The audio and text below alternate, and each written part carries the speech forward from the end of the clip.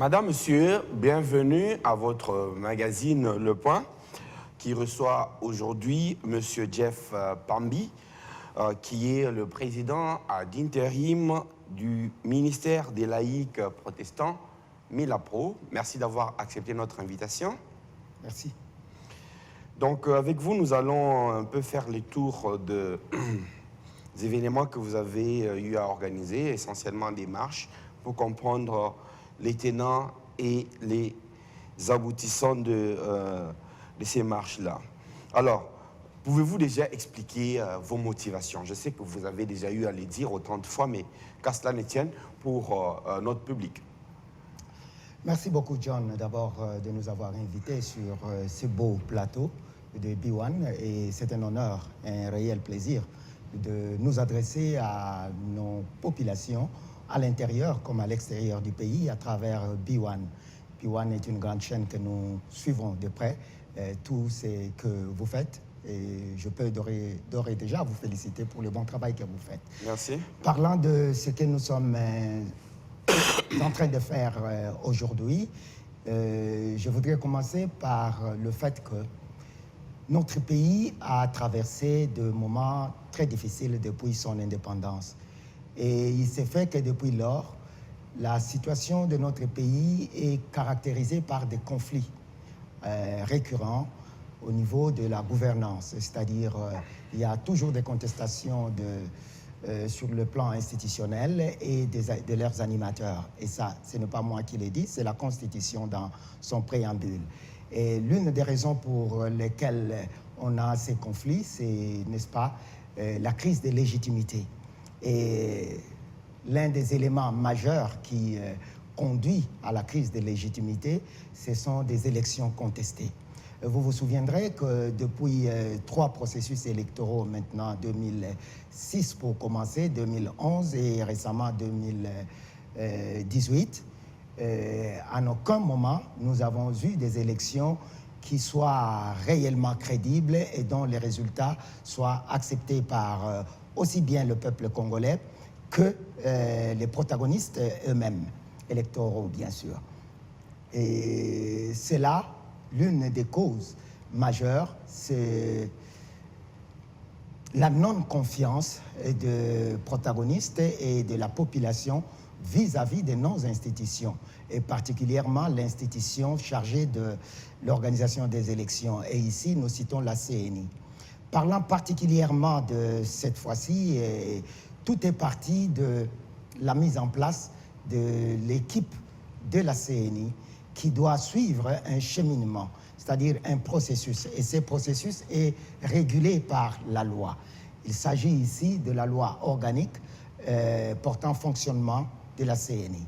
Et cette loi avait été votée dans des termes que, pour la plupart, la société civile et les citoyens congolais ont jugé inacceptable. Inacceptable parce que cette loi a consacré une politisation à outrance de cette institution d'appui à la démocratie, constitutionnellement supposée être indépendante. Et là encore, son indépendance est donc mise en difficulté. Qu'est-ce qui s'est passé? La Constitution, ou plutôt la loi organique, prévoit, et là-dedans, je voulais dire, il y a eu, en dépit de certaines dispositions que la société civile, notamment à travers son référentiel, parce que je dois vous informer que la société civile a beaucoup travaillé pour faire des propositions, des réformes, notamment de la loi organique sur la CENI, mais aussi de la loi électorale. Mais dans ces référentiels, beaucoup d'éléments, surtout pour améliorer le fonctionnement de la CENI et la rendre plus potable, ou plutôt plus indépendante et moins politisée, ont été faites des propositions, je disais, et même malheureusement arrivé au niveau de l'Assemblée nationale avec les réalités que nous avons connues. Vous savez ce qui s'est passé avec le changement à mi-terme de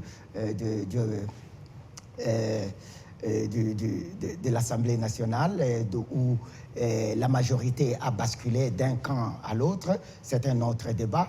Alors, le traitement de cette loi organique a suivi pratiquement le même mouvement. Et ceci étant, nous devons quand même noter quelques avancées dans cette loi. En l'occurrence, dans l'article 24 de cette loi organique sur la CENI, à son point 1, ce qui est une innovation, la loi dit exactement que le président de la CENI est l'émanation des confessions religieuses.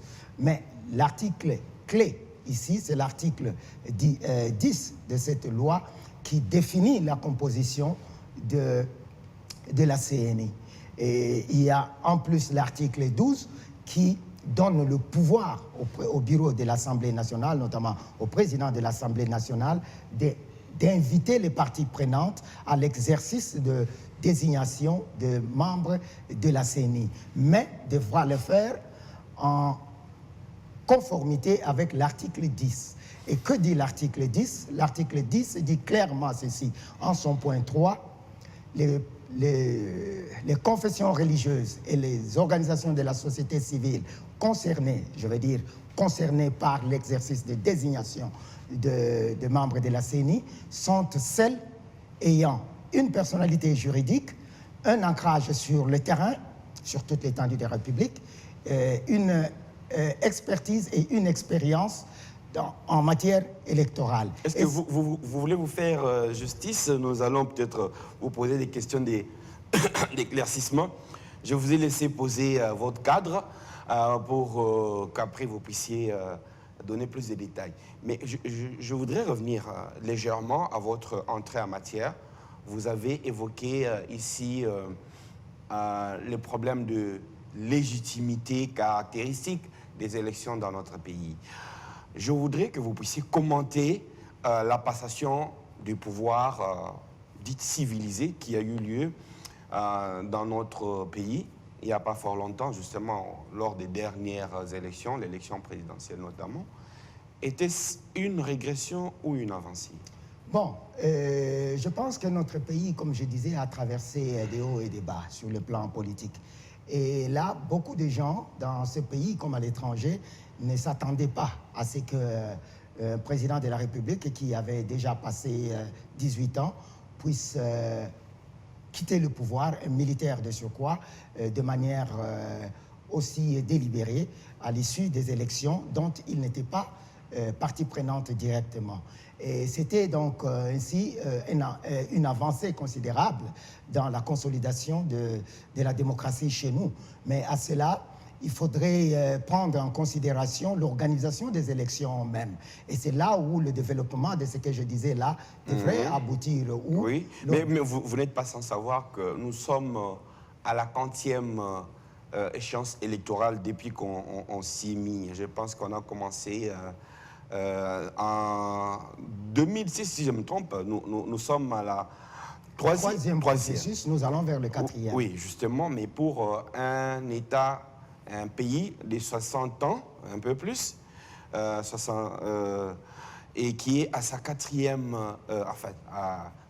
en 2023, ce sera la 4e organisation des élections. On ne peut pas, après 32 ans des pouvoirs forts, on ne peut pas attendre que tout soit comme dans les meilleurs des mondes. Si, au contraire, on devait attendre plus de ceux qui nous gouvernent, parce qu'il faut comprendre que notre pays a une tradition d'une lutte pour la démocratie qui a daté de plusieurs années, des décennies. C'est-à-dire que notre population était préparée à s'assumer de manière démocratique. Et qu'à cela ne tienne, nous avons vécu des choses dans ces pays qui ont poussé le peuple congolais à espérer, à avoir confiance en soi et en ses dirigeants lorsque, je le disais tout à l'heure, lorsque, à l'issue des élections qui se sont passées de la manière que ça s'est passé, c'est un autre débat, on pourrait y abonder à une autre occasion, mais les élections se sont tenues. Un président de la République avait été proclamé, et il s'agit de Félix Tshisekedi. Et quoi qu'il se soit passé, ce pays a un président de la République et qui est issu de l'opposition. Étant sorti de l'opposition, et pas n'importe laquelle, une opposition qui a passé plus de 30 ans de lutte pour la démocratie et le progrès social, je pense que la population congolaise n'avait pas trop misé pour espérer vivre réellement la démocratie et l'état de droit dans ces pays. Mais il se trouve au niveau actuel qu'on est en train de vivre une sorte de régression et surtout beaucoup de déceptions dans le chef du Congolais, dans la mesure où on attendrait n'importe quoi de n'importe quel Mais quand vous dites régression, mais est-ce que vous n'avez pas plutôt la preuve du contraire? Vous, Milapro et CALCC, vous avez organisé 2 marches en moins d'une semaine. La première s'est déroulée normalement parce que vous avez suivi la procédure, même si la deuxième, vous avez plutôt voulu jouer au gros bras. Mais vous avez trouvé que même pour la deuxième marche, eh bien, il n'y a pas eu de casse. On se serait trouvé dans un autre contexte, eh bien, qu'on déplorait des morts. Et ça, pour vous, ce n'est rien. Non, bien sûr, c'est la preuve que le peuple congolais est de plus en plus mature dans ce qu'il fait. Il comprend ce qu'il veut et il demande selon les règles établies, c'est-à-dire dans le strict respect de la loi. Ça a été toujours fait comme ça par le passé, mais non. On a eu à déplorer des morts. Oui, tout à fait, mais ici, peut-être l'organisation est différente. Par le passé, on a plus vécu des marches politiques avec des consignes qui non, mais les CALCC, l'église catholique et l'église protestante, vous vous rappelez même des prêtres qui ont été bastonnés et des aspirantes décédées et tout cela. Ce n'était pas à ce moment-là des politiques. Oui, tout à fait. Et je disais que c'est tout à fait une logique qui tient debout parce que à l'heure qu'il est aujourd'hui, cette marche qui a eu, d'abord on n'a pas tenu 2 marches, on a tenu une marche du 13 et un sit-in d'hier. Ah, c'était un sit-in. Oui, mais pourquoi ces sit-in déjà? Justement parce que elles ne sont que la conséquence logique d'un processus. Le processus a commencé de manière différente.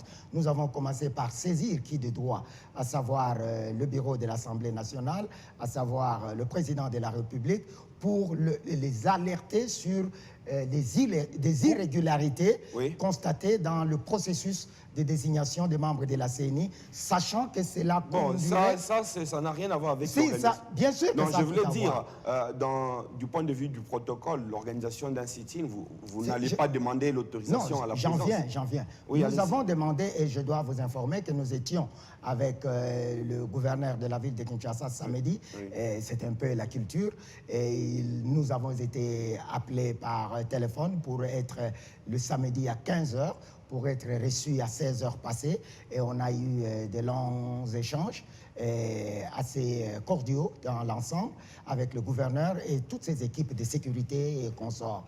Et l'accord, entre guillemets, je parle d'accord parce qu'il ne s'agit pas de ça, mais le principe était acquis que le sit-in devrait avoir lieu.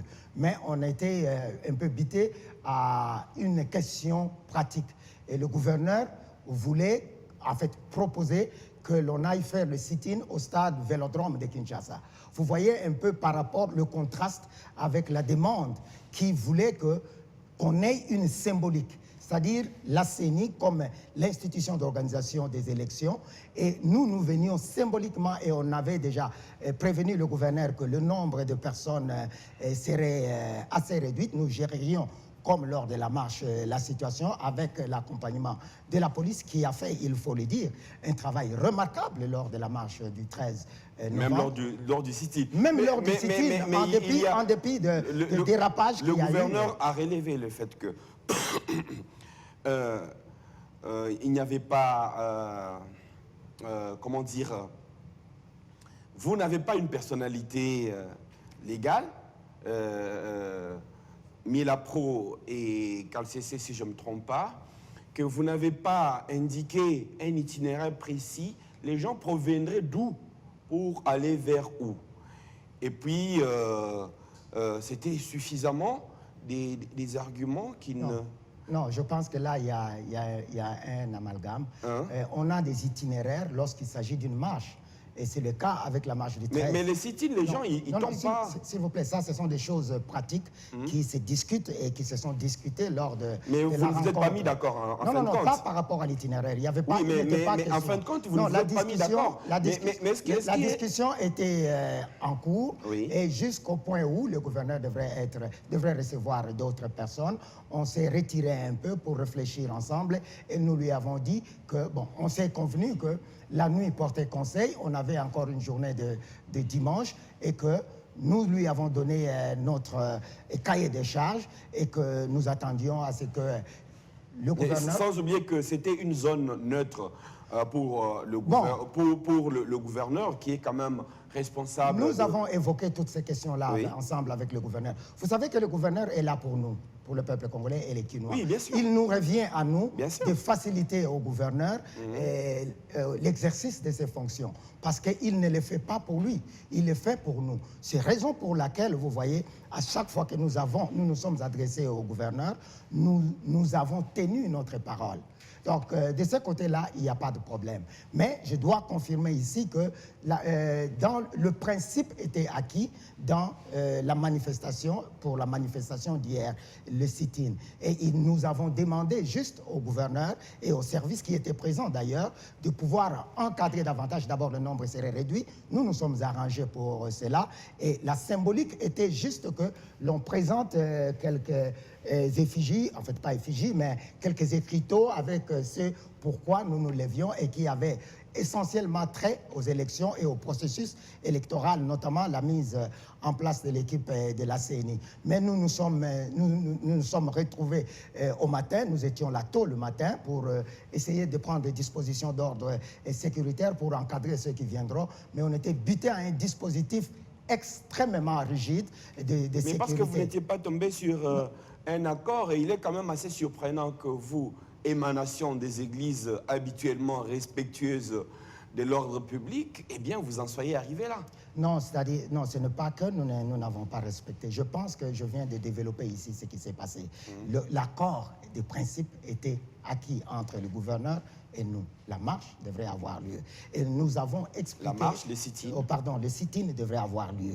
Parce qu'on a une marche qui est prévue le samedi 27 novembre. Encore? Là, il y aura. Ce n'est pas encore, parce que ce n'est que le début. en attendant que les choses... Mais la question que j'aimerais vous poser, c'est que on a vu beaucoup de politiques converger vers vos manifestations.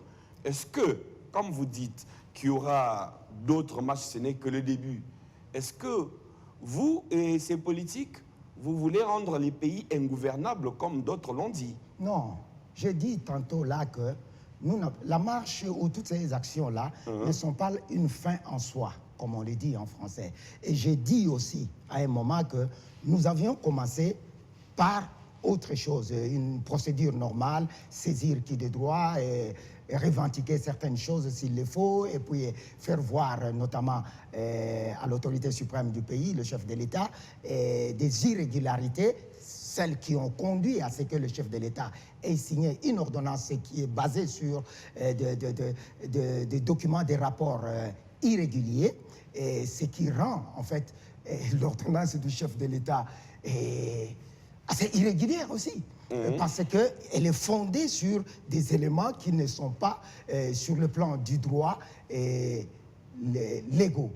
Et ça, c'est le processus que je venais de vous expliquer et je peux aller en détail. Mais vous si dites, vous le voulez. que les marches ne sont pas... C'est-à-dire que nous n'avons pas en tête la question de faire des marches ou quoi que ce soit. Ce n'est pas une finalité. Non, mais la c'est-à-dire que finalité, pour serait nous, quoi alors? la finalité... Pensez-vous que maintenant, là, un dialogue politique réglerait vos problèmes? La question, ce n'est pas là. La question, c'est de comprendre d'abord que le chef de l'État, à l'heure qu'il est, je suis certain qu'il a sur la table des revendications de son peuple à travers des mémorandums que nous avons adressés.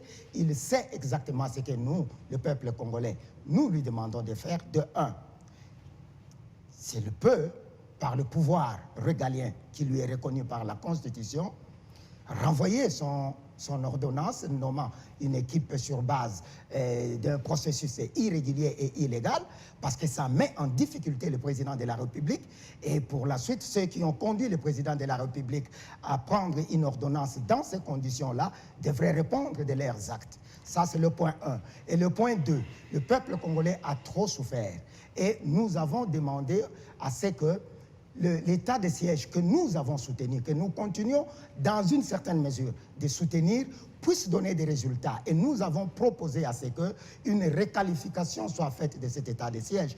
Vous vous rendrez compte que dans les rapports que nous avons, le nombre de cas est déplorable avant l'état de siège est moindre que pendant l'état de siège. Alors, il y a donc raison de pouvoir y jeter un coup d'œil et voir qu'est-ce qui se passe, qu'est-ce qui n'a pas marché.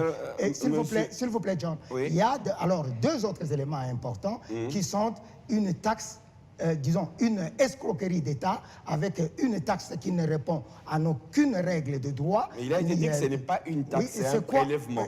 Un prélèvement sur base de quoi? Vous parlez du rame. Sur quoi? Mais justement, est-ce que vous ne supprimé. faites pas feu de tout bois en mettant dans un même paquet CENI, rame, état d'urgence, gratuité de l'éducation?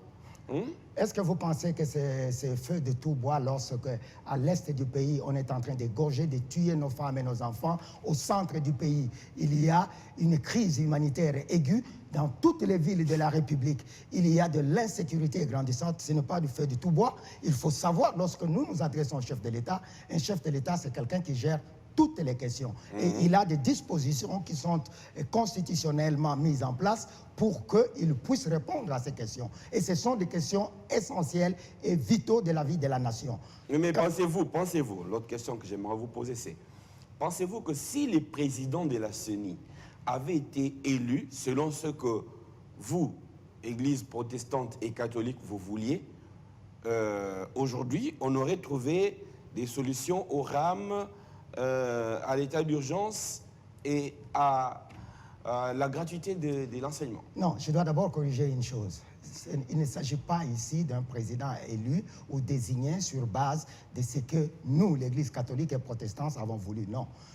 Ce président-là doit être désigné sur base, se référant ou conformément à la loi.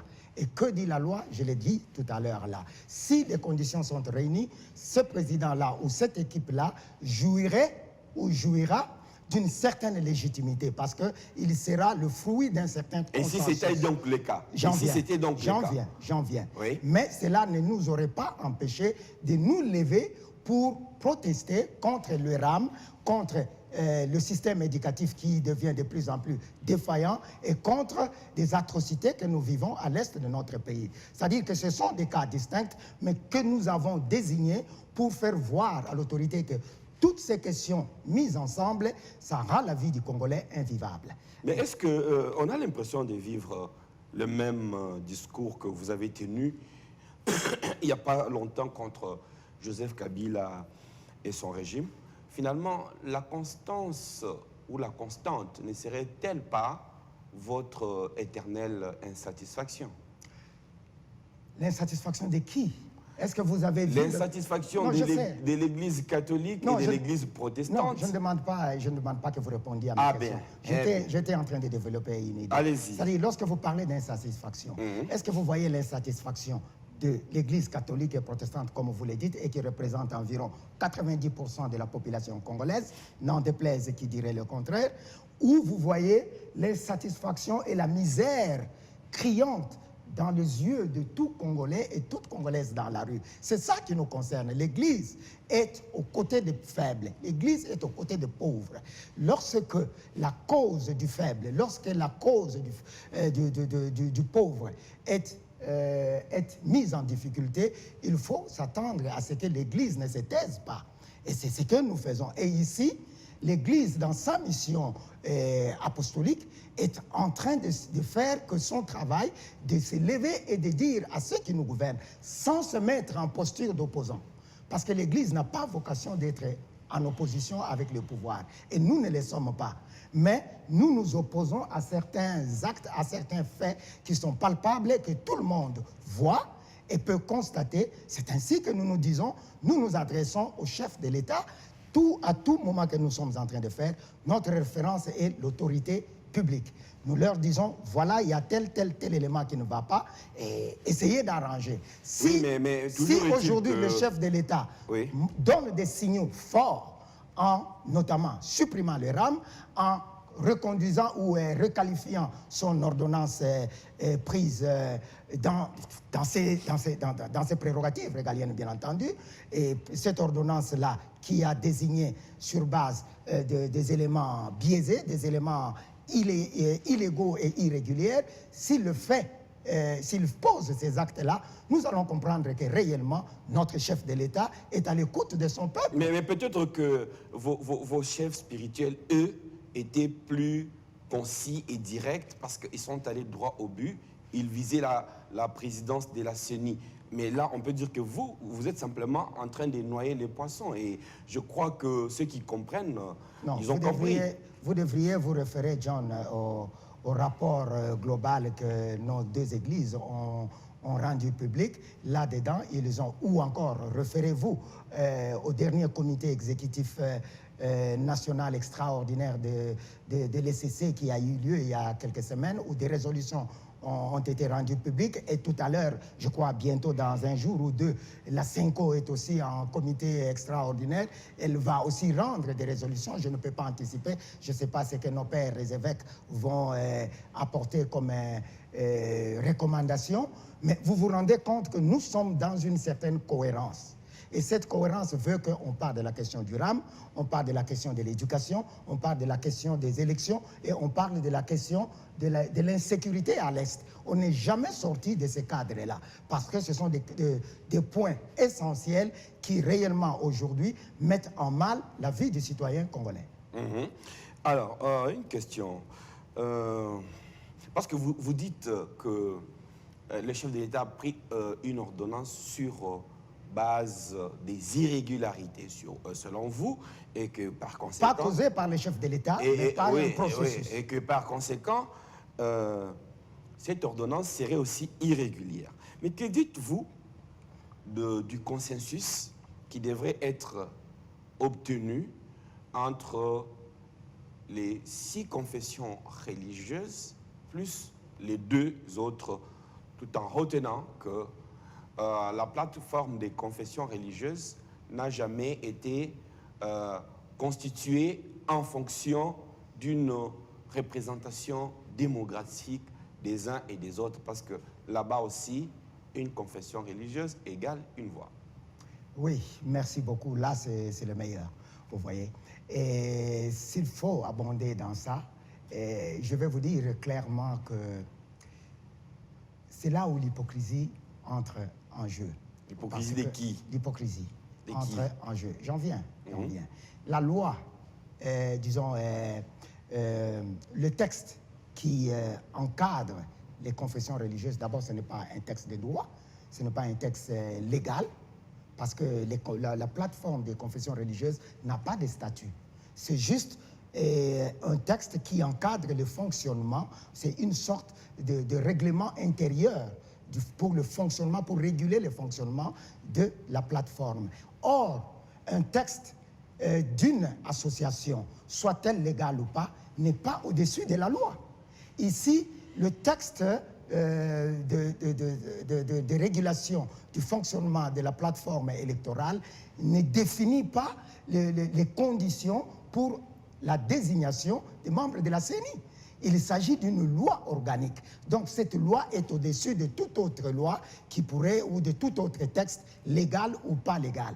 Donc, or, les textes, les confessions religieuses en leur sein disent exactement ceci, parce que je comprends que c'est là où vous voulez en venir, qu'en cas de non-consensus, on passe au vote. Or, le vote, on n'a même pas atteint dans ce processus l'étape du vote. Et même si on avait atteint l'étape du vote, parce qu'on était encore qu'au niveau des discussions, des échanges sur des candidats, et candidat par candidat. Et on était au niveau du deuxième candidat lorsque le groupe des 6 s'est réclamé être du candidat donc, question ici. Je n'ai pas intérêt à citer le nom. Voilà. Alors, Oui. candidat X. Oui. Alors qu'il y avait 2 autres candidats dont les noms restaient pour le débat, sur les débats. Et qu'au terme de ces débats sur les 4 candidats, on devait procéder à des discussions pour aboutir à un consensus. Et si le consensus n'est pas trouvé, alors on doit aller au vote. Mais lorsqu'il faut aller au vote, tout vote a des règles. Et là, le vote va se référer à quoi? À la loi. Parce que lorsque nous allons aux élections, tout Congolais a droit de vote. Mais pour aller voter son président de la République ou son député du cœur, vous allez vous référer à la loi. Et la loi dit qu'il faut être majeur. Il faut avoir une carte d'électeur. Et il ne faut pas être militaire ou policier. Si vous ne répondez... Est-ce qu'il y avait des confessions religieuses qui n'avaient pas droit au vote? C'est là où j'en viens. C'est là où j'en viens. Si vous ne répondez pas à un seul de ces critères-là, c'est-à-dire que vous n'êtes pas éligible et vous ne pouvez pas participer au vote. La même chose ici, la loi dit que pour procéder à la désignation des membres de la CENI, il faut répondre à 4 critères. Avoir, disons pour les confessions religieuses ou les organisations de la société civile, avoir une personnalité juridique, avoir un ancrage sur le terrain, avoir une expertise et une expérience avérée en matière électorale. Et je peux vous le dire en vous regardant dans les yeux que seules 2 confessions religieuses répondent à ces critères-là. Il s'agit de l'ECC et la CENCO. Au-delà de cela... Elles avaient donc un agenda caché, on comprend non, bien. non, mais ce n'est pas nous qui faisons la loi. Nous ne sommes pas au Parlement. Ils avaient donc un agenda non, caché. Mais comment est-ce que vous John, pouvez... s'il vous plaît, John, s'il vous plaît, éclairons un peu la lanterne, parce qu'il ne faut pas laisser un flou dans la tête de nos citoyens qui nous suivent. Les confessions religieuses, l'ECC et la CENCO ne siègent pas au palais du peuple. Et ceux qui font la loi ne sont pas de l'ECC ou de la CENCO. Lorsqu'ils ont défini ces règles-là, ils ne l'ont pas fait sous pression de l'ECC ou de la CENCO. Et lorsqu'il se trouve que maintenant, il faut appliquer la loi, il faut l'appliquer de manière... Donc, en réalité, il faut appliquer de manière régulière. Les 8 confessions religieuses siégeaient, mais... De manière irrégulière. Mais la CENCO et je veux dire, l'Église catholique et l'Église protestante savaient que eux seuls 2 allaient déterminer du reste. Non. C'est-à-dire qu'au niveau de père de l'ECC et de la CENCO, ils privilégiaient l'esprit du corps. Ils considéraient que non, nous sommes ceux sur qui nos fidèles croient. Et que en cela, nous pouvions nous surpasser, nous dépasser le niveau émotionnel. Mais ce serait quoi c'est dépasser en ce moment-là? C'est ce que je voudrais dire. Nous sommes allés visiblement jusqu'au bout. On n'est pas allé jusqu'au bout. Et on a rompu le processus en cours en se déclarant d'un camp clairement défini, plutôt que de suivre la mission qui était confiée. Non, il y a aussi des impératifs temporels. Ouais. On a accordé autant de temps. Je pense que c'est même Monseigneur Outembi qui est revenu au moins par 2 fois auprès du président de l'Assemblée nationale sur base d'un écrit pour lui signifier que les consensus n'avaient pas été obtenus. Mais c'est comme si les chefs des confessions religieuses prenaient les pays en otage. À partir de ces moments-là, quelle serait l'autre voie de sortie? Parce que le président, donc la plateforme, a reconnu que c'était plus fort que lui. Non, la seule voie de sortie reste le respect de la loi. Si on doit respecter la loi, déjà c'est parti de la lettre d'invitation envoyée par le président de l'Assemblée nationale. Tout a été biaisé à partir de là. Vous vous rendrez compte que le président de l'Assemblée nationale, devant inviter les parties prenantes sur base de l'article 10 de la loi organique, lui invite les confessions, les associations d'abord spécialisées, qu'il indexe. Il existe autant d'organisations de la société civile dans ces pays, mais il y a une fêtière de fêtières qui est le cadre de concertation de la société civile. Le président de l'Assemblée nationale avait à s'adresser au cadre de concertation, et le cadre de concertation en son sein devrait inviter les organisations spécialisées à se mettre autour d'une table et à procéder à la désignation. Mais le président de l'Assemblée nationale s'est payé le droit, le luxe de pouvoir désigner 2 organisations de la société civile sur base de quels principes, sur base de quel pouvoir? ne le sait que le président de l'Assemblée nationale. C'était déjà biaisé le processus, parce que cela a conduit à ce que d'autres organisations de la société civile, de manière indépendante, puissent procéder à la présentation de leurs candidats. Donc le président de l'Assemblée nationale avait tout biaisé déjà au départ. Alors, du côté de la société civile, il a désigné 2 structures sur base des critères que lui-même a mis en place, mais du côté des confessions religieuses, au lieu de faire appliquer la loi, il laisse une brèche ouverte. Il dit les confessions religieuses désignées. Mais n'oubliez pas qu'il existe d'autres confessions religieuses qui ne font pas partie de la plateforme. Et si celles-ci devraient venir, parce qu'elles ont aussi réclamé. Donc, c'est-à-dire que le départ était mauvais, la finalité, la fin ne pouvait être que mauvaise. Donc, ici, il est question que le chef de l'État, ayant possession de tous ces éléments, revenons encore en arrière, il y a une commission paritaire qui devrait être mise en place. Une commission paritaire, ça veut dire quoi? 50-50. Et c'est la loi, ce n'est pas moi qui l'ai dit. Mais vous savez dans quelles conditions cette commission a été créée. Vous savez les incidents qui ont émaillé cette commission et leurs rapports, où il y a même des députés, un député en tout cas que je connais à travers les médias, qui a porté plainte contre le bureau de l'Assemblée nationale pour avoir vu son nom et sa signature dans le rapport. Mais alors qu'il n'a pas siégé. Il était libre de ne pas participer. Non, il n'a pas participé, c'est ce qu'il a dit. Il était libre de ne pas participer. Il n'a pas participé, mais son nom s'est retrouvé sur les rapports. Donc ce rapport est biaisé au terme de la loi, légalement. Et il y a un autre fait, qui est l'article 53 du règlement intérieur de l'Assemblée nationale, qui dit qu'un président d'une commission permanente ne peut pas être président d'une commission spéciale. Or, nous avons vu le professeur Mbata, qui est président de la grande commission PAJ, se faire président au mépris de la loi, lui qui est constitutionnaliste, se faire président d'une commission ou de la commission paritaire. Donc tout était biaisé. Tous ces éléments mis en place, que de prendre un rapport et mettre sur la table du chef de l'État pour qu'il signe une ordonnance, moi je considère ça comme une violation grave de la loi et une haute trahison de la nation. Sous réserve de la précision des constitutionnalistes et dans ces débats, mais quand je les attendrai bien en face. Quand on rentre dans le fond de la question, lorsque l'Église catholique et l'Église protestante, donc la SENCO et l'ECC, décident, parce que l'une était présidente de la plateforme et l'autre vice-présidente, donc décident de signifier au président de l'Assemblée que le consensus n'a pas été obtenu. Quelle était donc la suite pour la suite des choses à partir de ce moment-là? La suite était simple, je viens de l'évoquer ici. Parce que tout était biaisé au départ. Non, ce serait quoi à ce moment-là? C'est ce que je dis.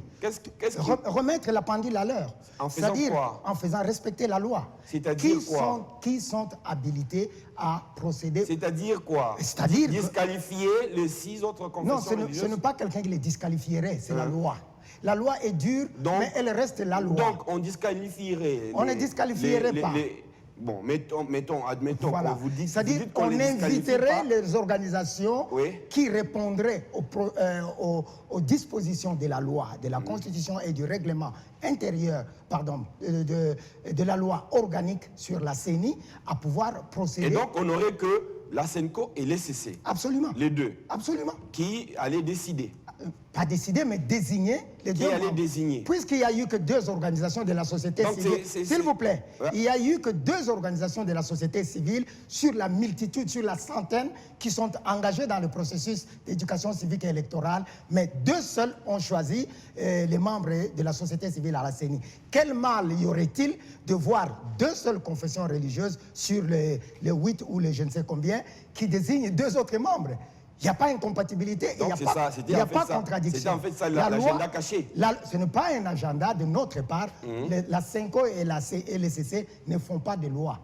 Ils appliquent sur invitation de qui de droit. Et ici, le président de l'Assemblée nationale, qui est l'émanation de cette loi-là, devrait la faire appliquer. D'abord, lui-même la respecter et la faire respecter. N'ayant pas fait ceci, le président de l'Assemblée nationale et le président du PAJ sont totalement responsable du blocage et de la situation que nous vivons aujourd'hui. Nullement le président de la République qui, lui, n'a posé son acte que sur base des éléments qu'il a eus sur sa table. Et quelle est la voie de sortie? Parce que vous Je l'ai dit. Vous avez dit que vous excluez les dialogues politiques. Non, je ne peux pas parler de ça. Si le chef de l'État, les revendications, vous savez, la question électorale est quand même éminemment politique. On ne peut pas l'aborder comme ça, comme si vous l'extrayez du contexte. Non, ça, John, il ne faut pas écouter ce faux discours de politique. Non, il faut oublier ça.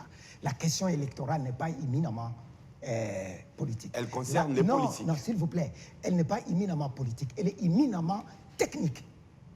Et les élections sont techniques. On n'a pas besoin d'avoir des politiciens de n'importe quel bord dans l'organisation. Je veux dire que vous voulez que cette question ne concerne pas les acteurs politiques. Or, c'est par les élections qu'ils vont être censurés. Non, mais ce sont des joueurs. Oui. Ce n'est pas à eux d'être en même temps juge de touche, en même temps juge de touche, arbitre. Là, je vous offrais une perche parce que si un dialogue politique est organisé, eh bien, ça pourra permettre de rabattre les cartes comme vous le voulez. Mais ce n'est pas comme nous le voulons, mais comme ça doit être pour garantir la paix. Vous imaginez qu'il y ait des politiques au sein de la CENI, comme le cas aujourd'hui. Il y en a dans le bureau de la CENI où il y a 7 membres, 4 sont du pouvoir en place. 2 sont de l'opposition, même s'ils ne siègent pas. Un seul de la société civile. Où est l'indépendance de la société civile? Oui, c'est ça l'hypocrisie. Ce n'est pas la faute. C'est ça l'hypocrisie. C'est la faute du politique. Parce qu'il veut avoir un œil sur la CENI, sur... question de se poser, bon, permettez la tautologie, qu'on se pose cette question, pourquoi vous voulez avoir? Parce que lorsqu'un arbitre est désigné pour siffler un match de finale entre Bayern de Munich et, je ne sais pas moi, Manchester, et est-ce que ce n'est pas à Manchester ou Bayern de Munich de venir dire à l'arbitre ce que tu dois faire? Non. Lui se prépare de son côté. Et c'est ce qui devrait se faire ici. Et l'arbitre devait être la société civile dénuée de toute influence politique. Alors, pour terminer l'émission, maintenant, vous allez faire les marches jusqu'à ce que mort s'en suive.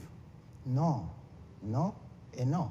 Nous n'avons pas besoin, je l'ai dit aussi tantôt, les marches, les manifestations de tout genre ne sont pas une fin en soi. Nous n'avons pas besoin de ça et nous n'avions pas commencé avec ça. Nous avons commencé la procédure de manière régulière en écrivant, en protestant, en disant si l'autorité qui de droit avait réagi, avait été sensible à nos préoccupations, on n'en serait pas arrivé là. Et aujourd'hui, je l'ai dit encore hier dans tous les médias du monde, je l'ai dit et je le répète ici sur ce beau plateau de B1, je dis ceci, il suffit que le président de la République manifeste, montre des signaux forts d'avoir entendu son peuple dans la rue. Félix Tshisekedi est l'émanation de la rue. L'UDPS a passé des décennies dans la rue. Ils savent ce que c'est, ces gens qui sont au pouvoir aujourd'hui. Et ils ne doivent pas s'entêter parce qu'ils connaissent les conséquences. Et je sais de quoi je parle parce que j'ai participé à cette lutte de longues années. Et je n'ai pas aujourd'hui, je ne pouvais pas m'imaginer que l'UDPS, mon UDPS au pouvoir, qu'on serait encore dans ces débats ici. Donc il est question qu'aujourd'hui, l'UDPS se pose des questions. Et celui qui est en tête, il n'est pas seulement UDPS, même s'il l'est dans son sang, mais il est nation congolaise. Il faut qu'il sache que ce peuple le regarde et que le destin de ce peuple est entre ses mains. Il doit se référer d'hier. Qu'est-ce qui s'est passé hier? On se battait. Pourquoi? Est-ce que c'est pourquoi on s'est battu hier? C'est ce qui s'est fait aujourd'hui. Sinon, il n'y a pas de retard à revenir à la raison. Et nous sommes là pour accompagner le chef de l'État dans cet exercice-là. Merci beaucoup, monsieur Jeff Pambi. Merci aussi à vous, chers téléspectateurs. Gardez votre fréquence et à très bientôt. Au revoir. Merci.